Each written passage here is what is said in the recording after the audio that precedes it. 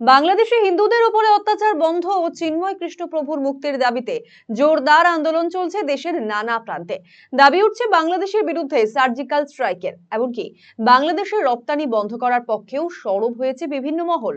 তবুও দক্ষিণ দিনাজপুরের হিলি সীমান্তের চেকপোস্ট দিয়ে চলছে রপ্তানি। তবে আলুর স্লট বুকিং না হওয়ায় আজ থেকে আলু রপ্তানি বন্ধ। যদিও পেঁয়াজ সহ অন্যান্য সামগ্রী যাচ্ছে। এদিন বাংলাদেশ থেকে পণ্য আমদানি হতেও দেখা গিয়েছে। স্বাভাবিকভাবেই প্রভাব পড়েছে আমদানি ও রপ্তানি বাণিজ্যে।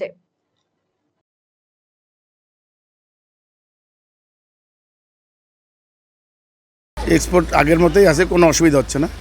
সব রীতিমতো ভালো মতোই যাচ্ছে এক্সপোর্ট। আলু আলু বাদ দিয়ে সব কিছুই যাচ্ছে। পেঁয়াজ যাচ্ছে, পেঁয়াজ যাচ্ছে। এক্সপোর্টের পরিমাণ কি কিছু কমেছে? না, এক্সপোর্ট যেরকম আলু কমে যাওয়া তো এক্সপোর্ট অটোমেটিক কমে গেছে।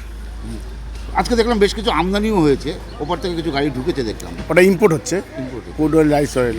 Rice oil. হ্যাঁ হ্যাঁ হ্যাঁ, তাহলে এমনি মোটামুটি কমলেও এমনি স্বাভাবিক রয়েছে। স্বাভাবিক আছে, কোনো অসুবিধা হচ্ছে না।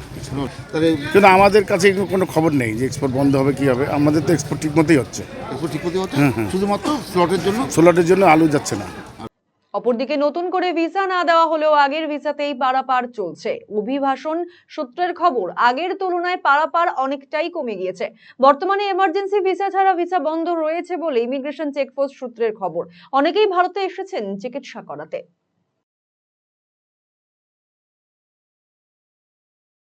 আমি এসেছি অসুখের জন্য, কানে কি চিকিৎসা করা? একটা খুব অসুবিধা করছে।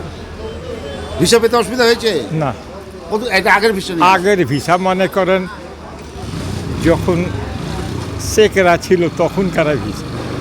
তো ওপারে আমরা যেটা জানতে পারছি যে পরিস্থিতি জটিল অবস্থা, খুব খারাপ অবস্থা চলছে। একটা কথা, সব জায়গার তো না, ওটা হলো গ্রাম সাইডে।